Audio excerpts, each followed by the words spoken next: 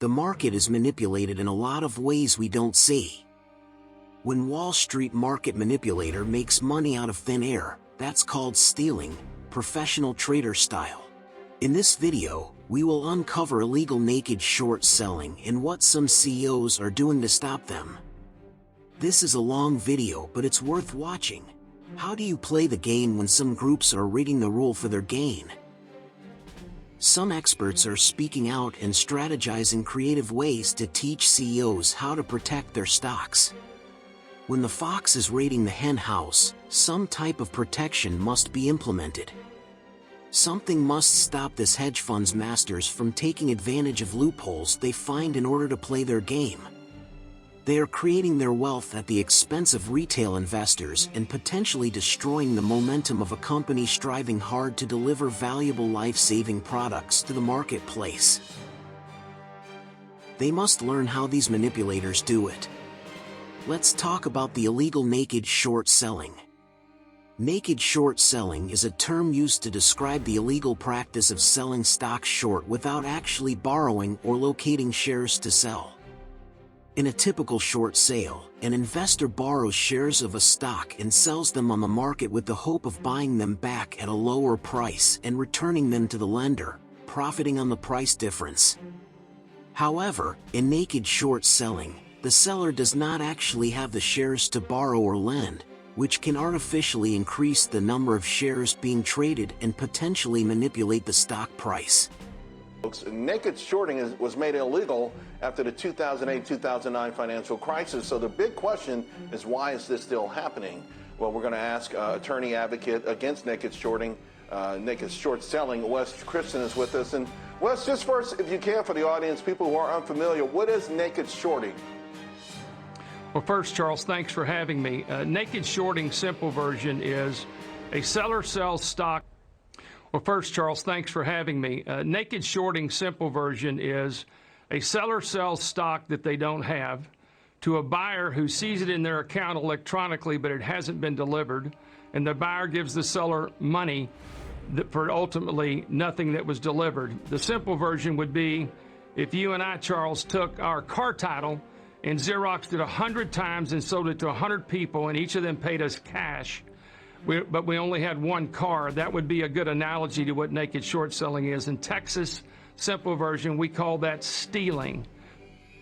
As smaller companies continued to be destroyed, and as average investors on Main Street lost their shirts to naked short selling, John Harmer, a former California state senator and lieutenant governor under Ronald Reagan, became intrigued with this little-known practice. Like most people in this country, when I first heard the term naked short selling, I had no clue as to what they were mentioning.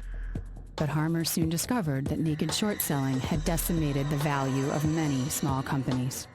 I sat down with one individual who was able to go onto his computer and in real time show me what was happening into the stocks of several of these companies on that day as naked short selling was taking place. The evidence was astonishing. Everybody denied that it was brokers in the big brokerage houses that were doing it, but we were able to identify very clearly that that's exactly who was doing it, driving down the value of those stocks, driving the company out of business. A lot of that was going on without these CEOs knowing it, or they knew it was happening, but they just said, don't tell me about it. I don't want to know what the guys in the back room are doing. Harmer began to dig deeper to learn more about the fraud. I turned all the sources I could think of, the internet, lawsuits, etc. Armed with this information, he took his concerns to the Senate Banking Committee, who had oversight of the SEC. I went to Senator Bennett in the Senate Banking Committee and brought to them then specific examples of the flagrancy of what was being done and the inaction by the Securities and Exchange Commission in the face of this evidence. Senator Bennett jumped on board, but Harmer and Bennett faced an uphill battle convincing other senators to even acknowledge the problem. They had no clue what I was talking about. And yet I would tell them, look, we're talking about the economic future of this country. We're talking about the segment of industry that produces the most jobs, small business. We need to keep them alive and well, and they're being destroyed by a very small group of predatory people who are using their power to make a fortune for themselves, a fortune that often isn't even taxed the way it works, and then walking away from the ashes. Harmer and Bennett continued their crusade to clean up Wall Street. Now, Senator Bennett, he was willing to go forward, he was committed, and in fact, we had this piece of legislation drafted. But just when it looked like Congress would finally take the lead against fraud on Wall Street, Harmer and Bennett ran into a stone wall, one erected by the Depository Trust Clearing Corporation. They have such enormous power. They are able to be totally off the record, totally invisible, but wield enormous impact upon what's going on. As the fails to deliver problem continued to escalate, advocates and economists began to take a closer look at the DTCC. Especially a process they use to clear the trades, called the Stock Borrow Program. The broker looks for shares, can't find them, says to the seller, can't find the shares. He says, proceed. The DTCC steps in. The Stock Borrow Program essentially fills that role. And this is where critics believe the problem lies. When a broker transacts a short sale and no shares are available, the Stock Borrow Program allows the transaction to go through without borrowing the stock from another shareholder's account. So there are now two sets of shares representing the same shares. Those shares appear electronically in both accounts. It's the same share. One of them is a phantom share. We know that the DTCC is clearing trades even when they can't locate the shares through the Stock Borrow Program. In those cases, the Stock Borrow Program claims their shares but never finds them. Since Suzanne Trumbeth first learned of the fraud in 1993, this little hole in the system has grown into a chasm. The DTCC, through its Stock Borrow Program, has in effect created hundreds of millions of phantom shares. And it multiplies on a continual basis. On any given day, there are between 500 million and 1 billion shares have been sold and failed to deliver. Your stock is getting lent to this firm, to that firm, to this firm, to that firm. Each firm gives each other an IOU, but at the end of the day, if everybody went and claimed their stock and said, give me my physical certificates, they would not be able to do it. Having spoken to people within the market who admitted that they were actually doing this, they were taking advantage of this loophole, we realized that this was an immense problem. So big, it's so systemic, it involves people with so much money, multiple billionaires. Well, I wonder how they're making that much money. Well, I have my ideas from this activity. They operate from an inherent position of conflict of interest in which their owners earn profits off of the transactions of naked short sales. Why would we take an organization that's privately owned and put it in control of $30 trillion a month of transactions with essentially limited supervision? Who owns it? The New York Stock Exchange owns it. All the prime brokers own it. Its members just happen to be Wall Street. The same parties who would have to enforce delivery. And there's been no forced accountability. So the fox is watching the henhouse. And the fox is eating all the eggs. Shorting still front and center in the Reddit trade, many pointing to the recent swings in AMC being driven by so-called naked shorts, the illegal practice of short selling a stock without actually locating that stock to borrow. So is naked shorting happening in this market? Our next guest says, yes, it is. Let's bring in Jacob Frankel, former SEC enforcement lawyer. He is now a partner at Dickinson Wright. Jacob, great to have you with us. Good to be back with you. Simple as that. Naked shorting exists in this market, even though it's an illegal practice. Well, it's not entirely illegal, but yes, in the large cap market, it absolutely would be illegal if a party is unable to locate the shares, borrow the shares, deliver the shares. Yes, under those circumstances, it is illegal, and it's something that's been going on in the market for a long time. What really has happened here is companies like GameStop, AMC, all these meme stocks have brought naked short selling really to the forefront of the market's interest. This is something that's going on for a very long time. in the small cap market and is very much a problem. Is it, can you give us an idea of how big of a problem? You said it's existed for a long time. Is it rampant? Is it in small pockets of the market? Why isn't the SEC doing something about it if it is in fact illegal? The short answer is I think it's difficult to find, and it's also not a sexy type of case. I mean, the fact is the SEC has not brought many naked short cases.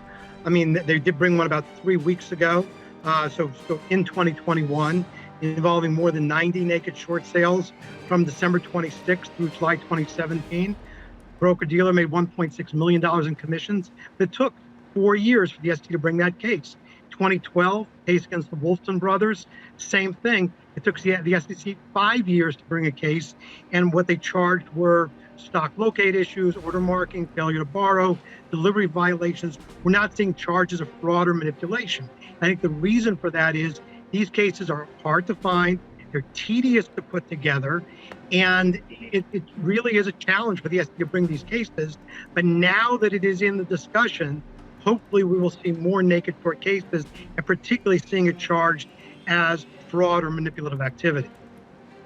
Jacob, it's Karen. Thanks for being on. So if I were to try to think about how much of this naked shorting is actually going on in, let's say, an AMC, is that a lot of intraday shorting like we were talking about during the commercial break? Is it up to an option expiration and then kind of gets flattened out? How big is it, do you think, around aside from those two things? Well, that's really the challenge. Is we really don't know, because a lot of it turns on, on it's a very firm, specific analysis. Is there coordination? Is there manipulative activity? Is it intraday, as you point out? I mean, when I was at the Commission and Enforcement, I did a manipulation case that involved marking the close at a quarter end, looking only at 30 minutes of trading. It does not have to be over an extended period of time. The issue is identifying it. And the people who see it or see it most closely are those who are in the market. And then the question then is, are they willing to bring that information directly to the attention of the SEC, which often then means also poking around in that company's books. So, and I should also add, the short sellers for a long time, and to this day, are an important source of information for the SEC's enforcement division. By no means do I want to suggest that the SEC, has turned a blind eye. On the other hand, we really have not seen that many cases over the years involving fraud on the short side. I like how you say you don't want to say the SEC is turning a blind eye, but basically implying that the SEC is turning a blind eye, because that's exactly what you're doing, Jay. I mean, if I'm watching this, I'm thinking, you know what? The SEC doesn't want to investigate the source of so many tips that it gets into other manipulative practices or deceptive practices, et cetera. But in fairness, it also is a matter of the information actually being brought to the attention of the SEC. In other words, while the SEC has powerful tools, if you think about it, what would satisfy the market most from an enforcement perspective? To see a naked short case brought quickly, so it has an impact. And right. I shared with you two examples where it took 4 years and 5 years to actually bring the case. The problem is the agency needs to see the conduct, be able to identify it, and then look at the broker-dealer, look at the broker-dealer's record, look at the fund's record, look at the trader's records, talk to individuals. These are very tedious cases to put together, and I think as we have a heightened sensitivity to this issue in the market, being brought to the forefront by higher profile companies and higher profile meme trading activity, maybe we will more likely see more cases in this area. But up until now, we only have seen we've only seen short sale fraud cases favoring activity in the small cap market, because that tends to be a much lower hanging fruit. Jacob, great to get your thoughts as always. Thank you, Jacob Frankel. This illegal activity is not only causing company devaluation and retail investors losing money. Naked short selling can potentially delist a company and eventually declare bankruptcy, which is the naked short seller's ultimate victory. How and why? We asked the question. Do shorts have to cover if stock is delisted? What happens when an investor maintains a short position in a company that gets delisted and declares bankruptcy? The answer is simple. The investor never has to pay back anyone because the shares are worthless. And that would explain how a GameStop could see 140% of the float shorted because the same stocks were de facto borrowed or not borrowed again and again and again. No doubt, and there's really multiple reasons for why it still exists. One is it's an enormously large problem, contrary to what some of the other financial press says. For example, in 1993, the fails to deliver were probably several $1 million. By 2003, those fails to deliver in the aggregate were about $6 billion. According to Suzanne Trembath's book, Naked, Short, and Greedy, which came from the source of the SEC, just in 2 weeks in July, the fails to deliver were $17 billion. So at the end of the day, another study that Dr. Rob Shapiro, former Undersecretary of Commerce, did many years ago, he's with Sonacon now, he did a study that showed that 500 million to 1 billion shares were not timely delivered, Charles. Now, to be fair, if you take that out 30 days, 60 days from when delivery should have occurred, that number goes to about half. But it is a systemic problem, and it's go ahead, sorry. So no, because I don't want to run out of time, and I've got a couple of other things. Hedge funds, we know, are big culprits. What's going to happen here? I guess let's cut to the chase.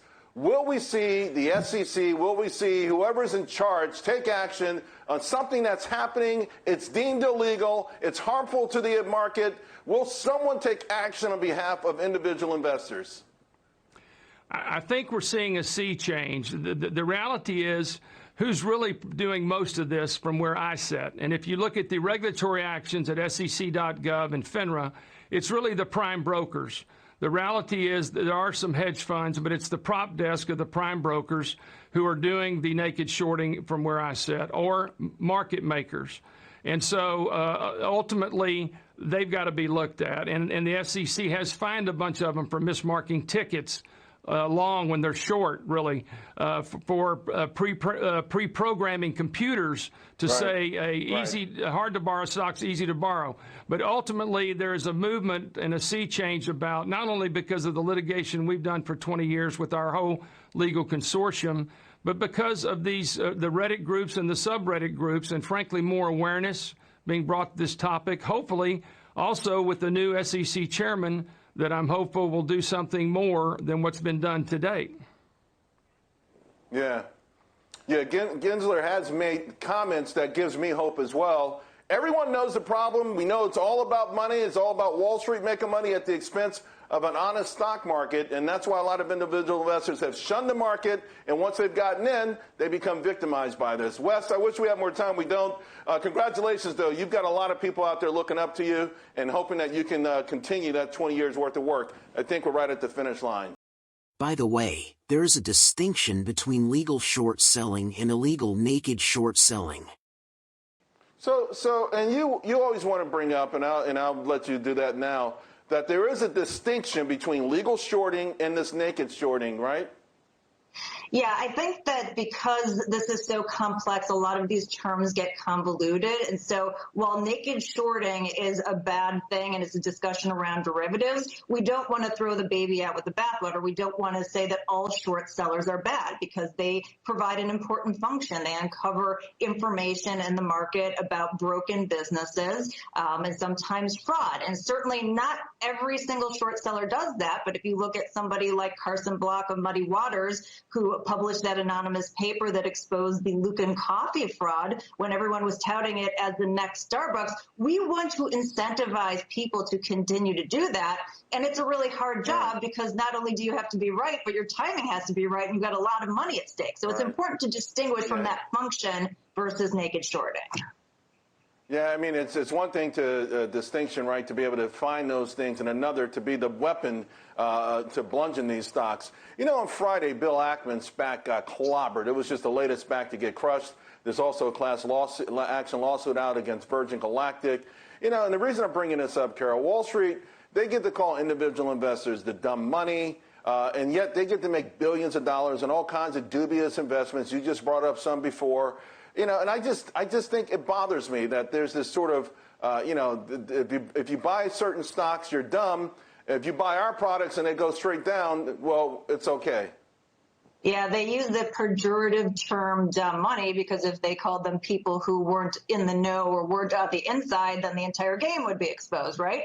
I mean, it's no secret that Main Street has been sold out to Wall Street by the Fed, by the government for more than a decade now, and it continues at an accelerating pace. And people are mad, and they should be mad. And even if they don't understand the underlying mechanism, it's clear that there are advantages, whether it's small business versus big business, whether it's retail investor versus the insider. If you are not on the inside, we don't have a free and fair market. We need to get back to free market capitalism where the game isn't being tilted in the direction of the big people who have the power and the control.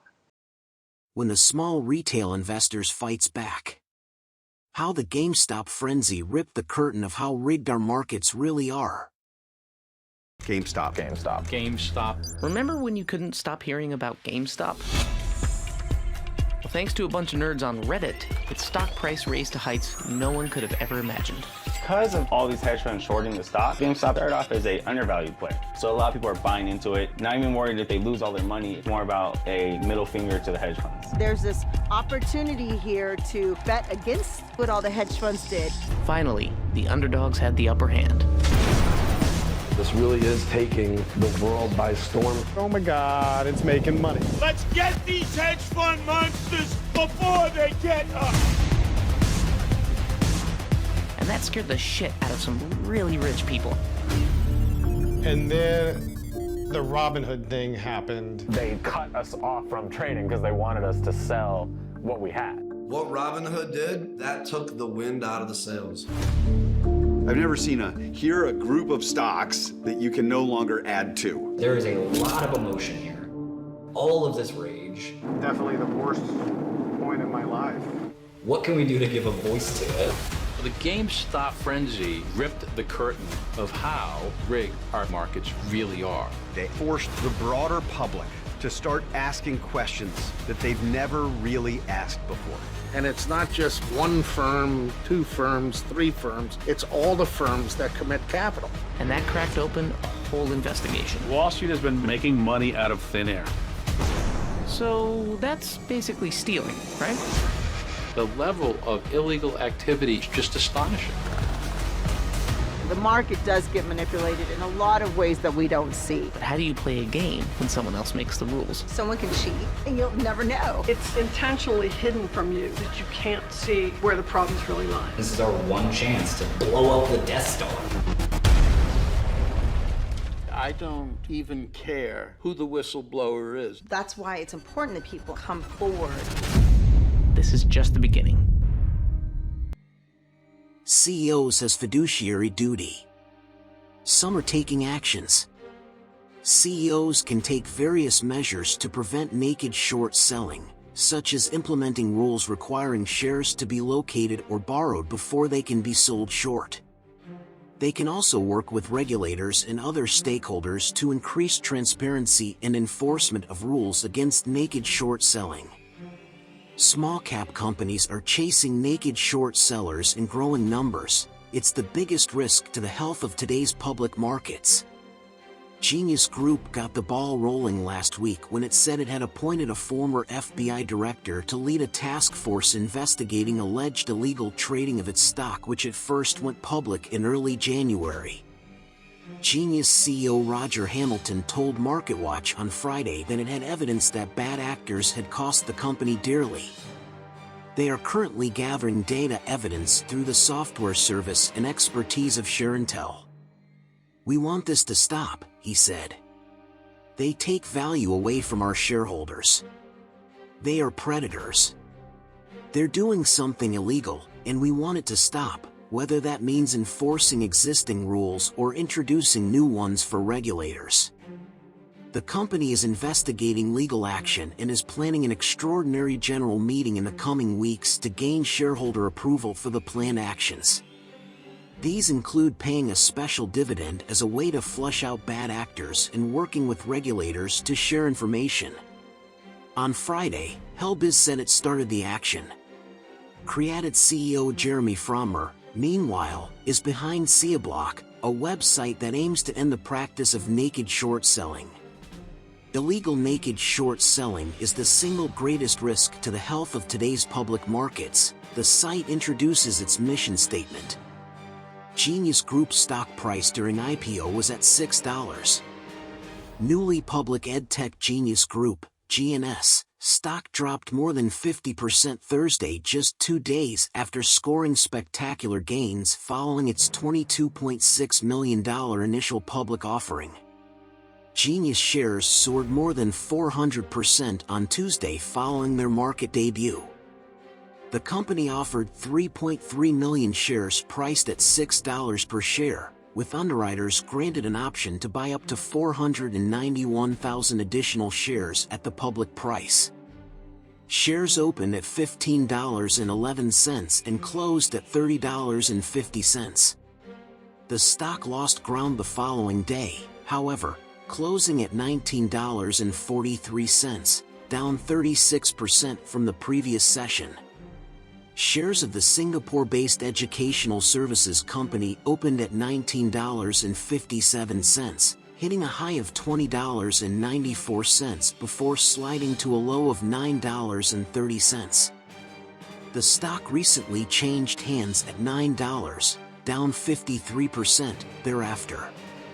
The continued decline from its height of $30.50 down to 40 cents triggered an inquiry from the CEO Roger Hamilton, who claims that the stock valuation should be at $12. In a David and Goliath battle, education tech company Genius Group, GNS, is taking on short-selling giants. What happened? Earlier this month, law firms conducted a probe and found that certain individuals or companies sold a significant amount of Genius Group stock but did not deliver it, which is illegal. The Singapore-based company said it appears to be part of a market manipulation scheme seeking to artificially depress the price of the securities of the company.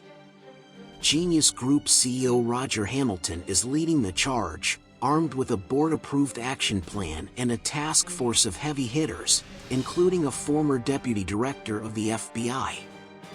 "We have a fiduciary duty to our shareholders to protect value," Hamilton said Monday on Benzinga TV.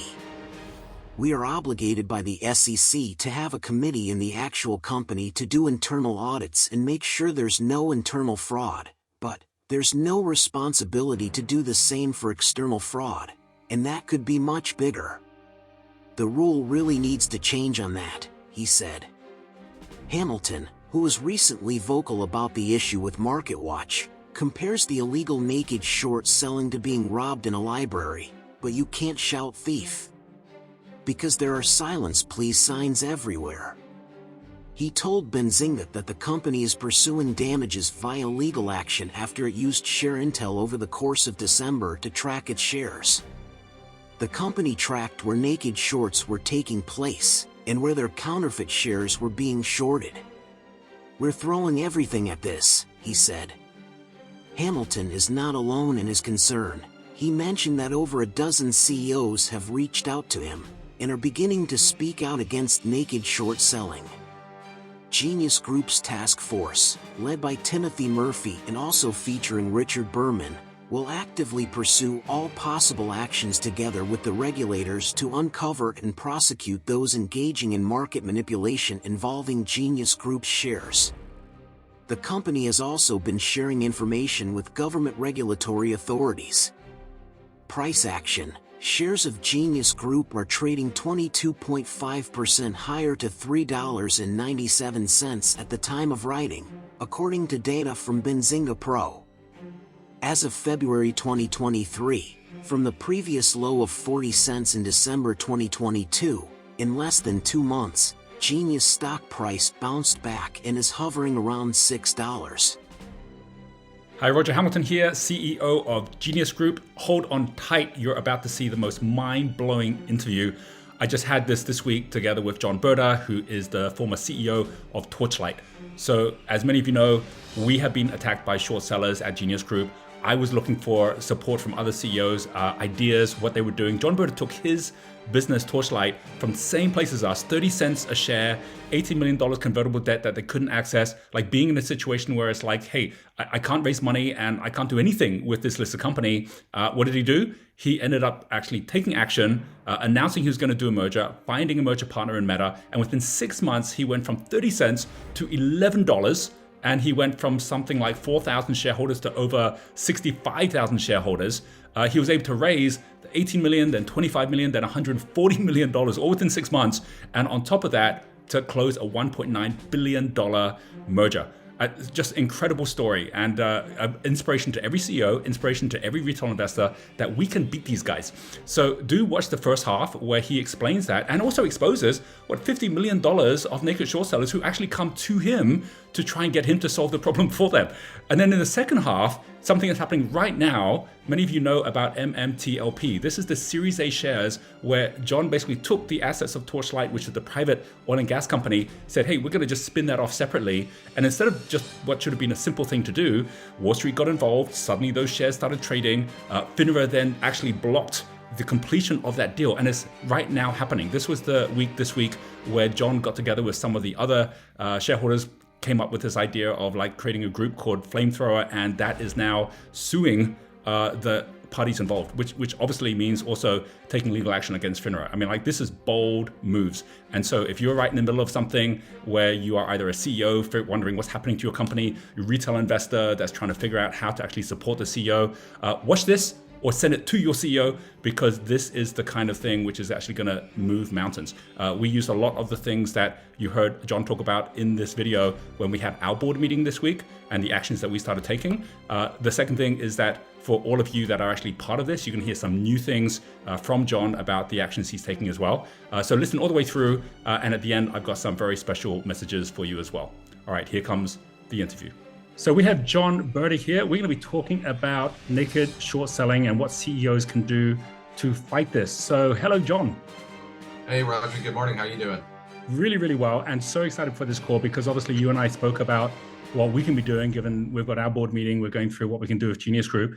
And so we're going to break down this whole conversation into two pieces. One's going to be all about how you went through taking Torchlight, figuring out what's going on here and actually ending up with a merger with Meta, which is close to $2 billion in size, and actually getting some big wins along the way. And then I also want to, in the second half, talk about something that's very topical, which is what's going on with the Series A preferred, what FINRA has been doing, what you're now doing in return, because I know a lot of retail investors also interested in that. And then we can also talk about what do not CEOs do, but what do retail investors do given the situation as well. So how does that sound?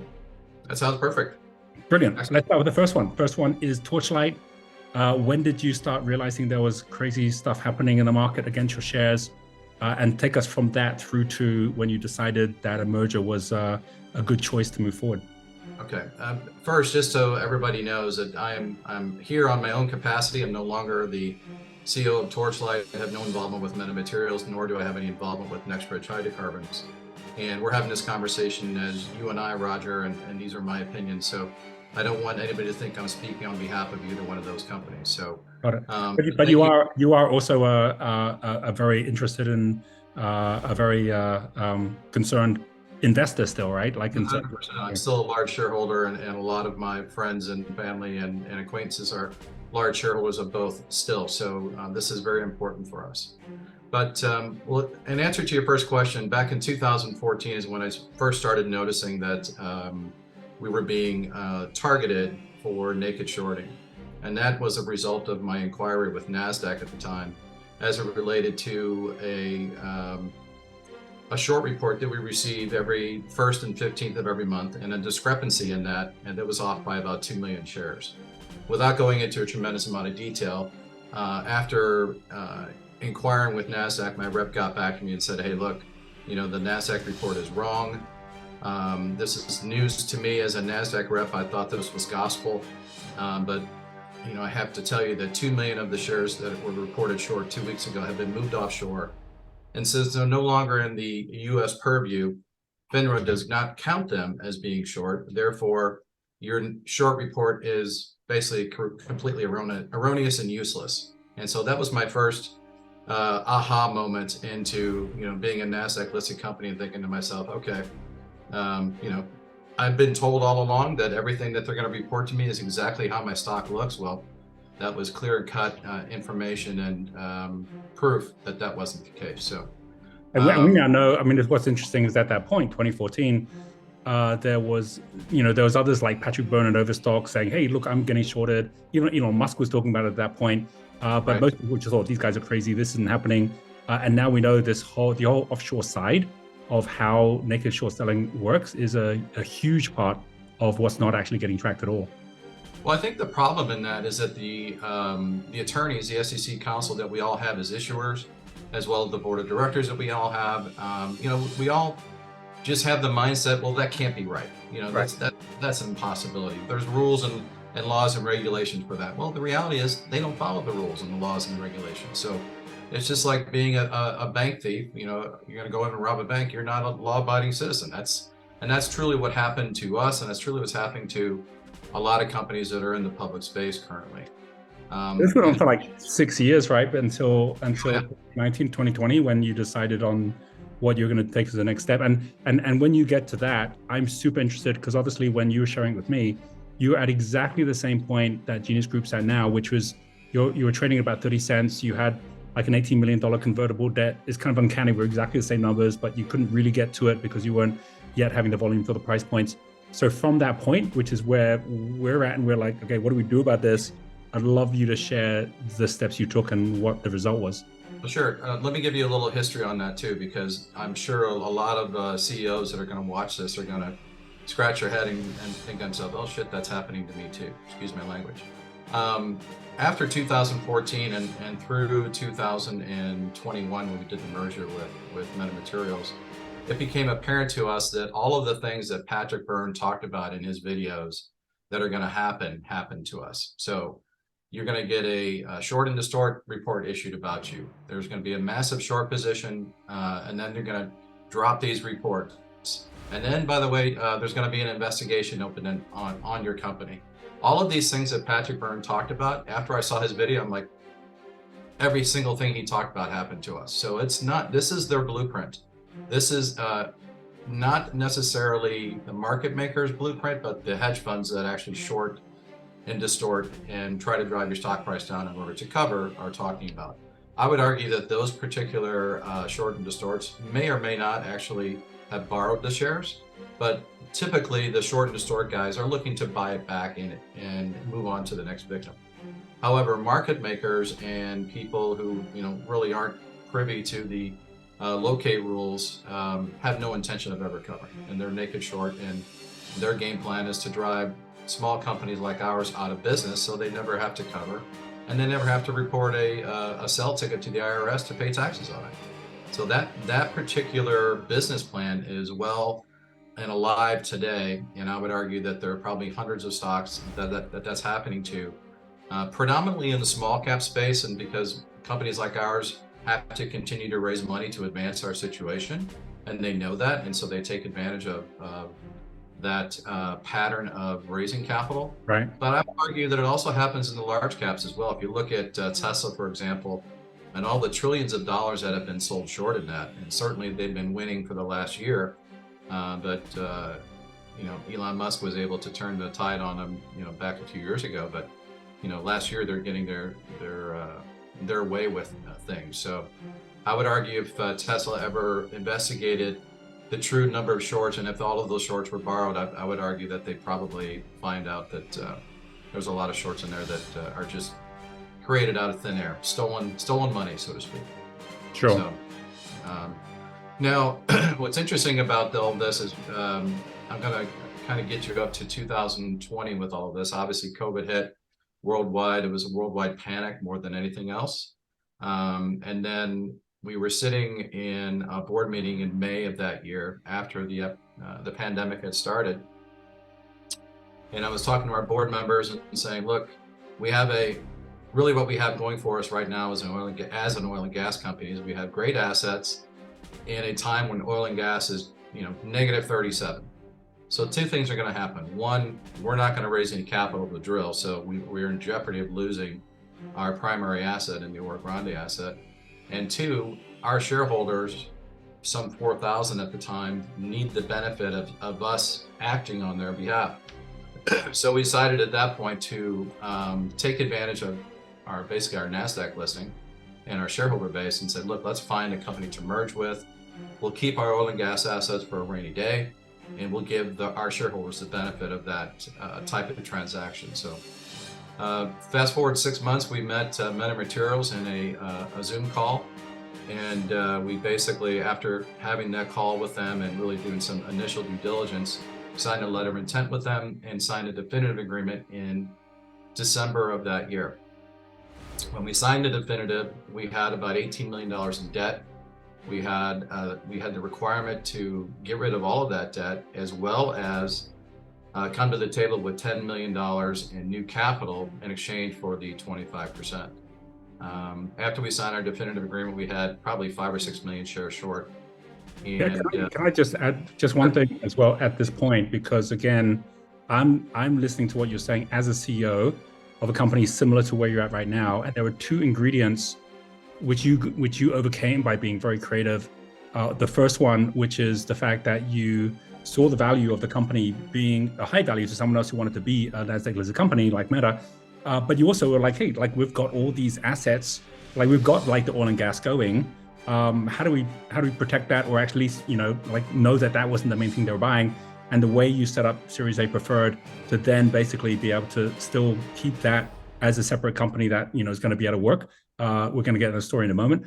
And then the second thing is the fact that you had to get rid of debt and do a bunch of stuff, which at that point you didn't know how you're going to do, but you just had the courage to go, look, like no is not an option. We're going to figure this thing out. And if you hadn't made that decision, then it wouldn't have become a self-fulfilling prophecy of what then happened after that. No, it was 100%. That was the best move we could have made as a management team and board. And it started to work out for us in December when we signed that definitive agreement. We started to get, like I said, when we merged, or we signed the definitive, we were 35 cents a share US. And both companies started to get a bid, and it started to get a lot of press, started to get people following us. And then we traded up to 75, 80 cents a share at that point. We were able to get $2 million of our notes converted. All of our notes had a conversion feature in them, so we just had to reach a certain point and then to work with those people to get them converted. We announced that, and then a couple weeks later, we had another 2 million shares converted at $1.10. And then we had our biggest position, $12 million converted at $1.50. And again, the stock was, by that time, was trading in the twos, and that lender was happy to convert, and went long and actually made a great return on their investment. So that'll happen pretty much between 30-40 days after the announcement. Yes, and so by middle of February, Super Bowl Sunday, by then we had eliminated all of our debt, and that's when we did our first money raise with Roth. To basically accommodate that 10 million. We actually, on Super Bowl weekend, I got a call from the folks at Ross saying, hey, there's a lot of interest in doing a transaction. What do you guys think about raising capital? They told us there's probably 45, 50 million of demand. So I'm gonna hold just for a second on that one, right? Because any CEO who's listening to this is going to be going, wait, hang on, how did you go from basically like not even being able to convert debt to suddenly having $50 million of demand? So one thing I do want to share, because we're breaking down, I went through with you some of these, you were great at sharing what we could do with our board, but breaking down what are the top things you can do to expose or scare away these naked short sellers. And one of them is either doing a spinoff or doing a merger like you did, where they know the day is coming where the brokers are going to have to report who the shareholders are, because everyone's going to need to be part of that next step coming. And if everyone knows this is going to be happening, then those who have been naked short selling are going to have to get out of that position at some point, right? So I'm just going to give that as an overview, because the numbers are mind-blowing, what you're about to share. But for everyone who's listening, especially CEOs who are listening, this is like really critical to realize this is so much bigger than we think it is. So yeah, carry on with the story. You would think that the shorts would be going down at this point and the shorts would be covering, but that's not what happened. The shorts continued to double down as more people got into the stock, as we continued to build our audience. By the time we got our proxies approved in May, and come June 1st, I think we had probably 65,000 shareholders at that point from 4,000. and our short interest went from 5 or 6 million up to 10 times that, approaching 50 million, and those are shorts that were reported, right? Mind you. And so yeah, so back at the Super Bowl Sunday when you got that call about the 50 million, I think that's super interesting. I mean, I never even realized that when you've got these guys going short, that they're desperate. I mean, like they'll even come to the company to say, help save us, right? So how you decided what you were going to do with that 50 million and what you were going to do with the guys that you weren't going to help, and what that then did with your share price. Yeah, so as a CEO, my background is in capital markets, and I used to, be a principal in a fund back in the late 90s. So I knew all about the fund business, and I knew that bad financings will kill a company. In our industry, a bad well is not going to kill us, but a bad financing will. So when I spoke to Roth and I let them know that, finally our board has agreed to do something, we basically said we're going to raise 25 million under one circumstance. I get to approve who's in the book. And the reason why that was so important to me is because our stock was trading at $2 3 days before this.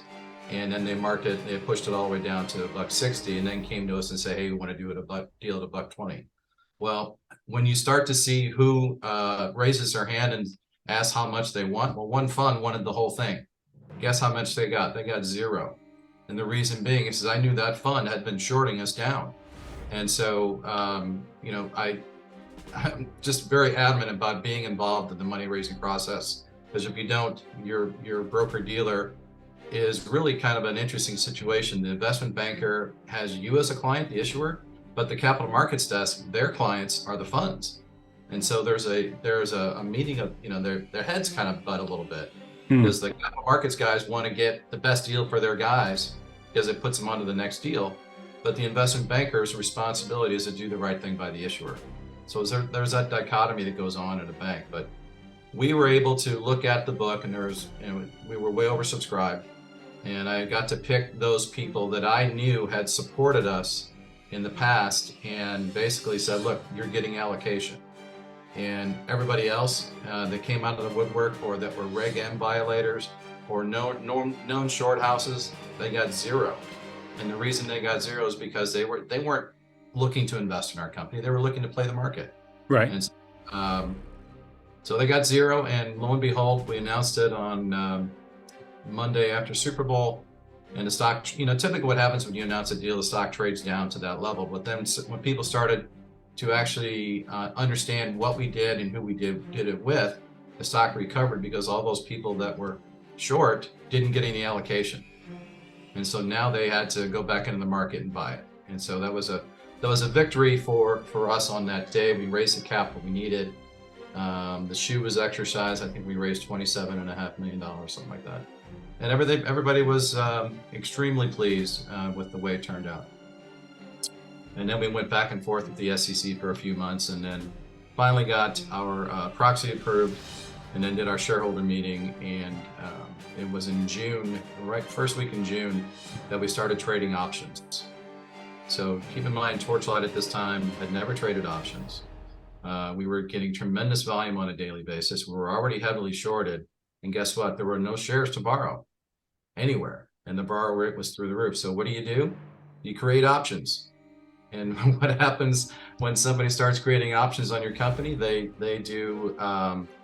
pair up puts and calls and create a synthetic share and sell it short, and then move on. And a lot of times they'll just tear up those contracts, move on. They sold the share short, and some of them will cover at a lower price. Some will just say, you know what, screw it. See what? Now you got naked synthetic shorts as well. Exactly. And what's interesting about that is the OCC is completely aware of this, and the market makers that actually are market makers for options as well. And there are some big ones, the typical ones you would expect. They, on the 21st of June, they got a notice from the OCC saying that they did not have to settle their short position, that they were going to try to get the Series A preferred shares to list, to trade, so they didn't have to settle at closing. So I'm going to hold on to that story, because I know that's a part of a crazy second half here, which is what's happened to the Series A and what you're now doing as a result of what FINRA is doing. Let's finish the story on the closing of that deal. When you did the deal, and everyone had to cover at the end, I think your shares went from something like $2 up to $10 or something like, because everyone was having to short. It was trading actually higher than that. I think it traded up $10.50 or $11. And through this whole process, and I will tell you today, I don't believe it was short covering. We had a lot of people following the stock and a lot of people that were interested in it. Our shareholder base went through the roof. Right. It was trading 300 or 400 million shares, trading from 4 or 5 all the way up to 11. Tremendous volume. It's incredible. Through this time period, we actually raised via an ATM that we had on file. We raised $140 million above the market price, 14% above market during that time period. And again, for all those CEOs that have an ATM out there, you have to be intimately involved. You can't let your broker dealer just sell for you. If you're going to utilize an ATM, you have to be watching what's going on and how they're trading it, so you don't basically screw over your shareholders. So between the changes in technology, kind of like all technology, different things emerge. Between the information sharing, because what's happened is, Roger, is between what you and Jeremy and other CEOs have started, and John Berta have started, this network of CEOs who are now getting together and sharing data. That combined with what the ape community, the Wall Street Bets community, the super stock community, there's different communities in that Reddit group, if you will, between the network where they're sharing data. For example, shareholders saying, okay, mail in your account statement, how many shares you have at this broker, and let's compare it to what Christian and his group's coming up with, these types of things, common sense things.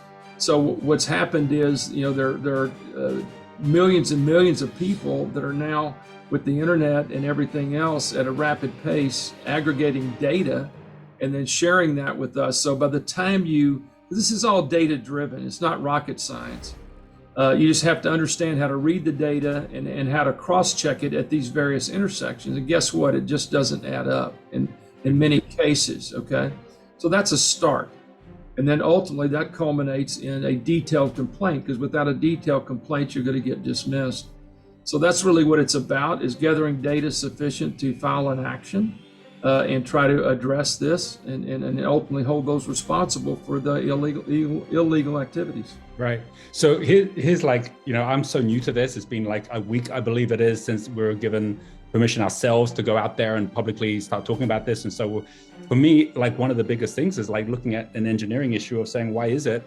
You've got all these people that are unhappy. You've got these institutions and even the regulatory bodies that should be doing something. Why is it not happening? And what we've just seen with what John's done is it's been 4 shareholders coming together saying, we don't need to wait for a CEO, wait for anybody. We'll basically clump the money together for the legal action. We'll take the legal action on behalf of everybody. And then that unlocks it straight away, because now you can go out and take those actions as well. For everybody who's listening, just know this is a possibility right now. As a result of that, you've now got a way to get into FINRA, a way to get into getting the evidence from the brokers that they've been hiding as to what's really been going on. And where's the guy that can actually make that happen? But it still takes cost, right, to build it together. And I really believe there could be more either class action or shareholder driven suits that can make this happen if they know what steps to take. Let's talk about CEOs though, right?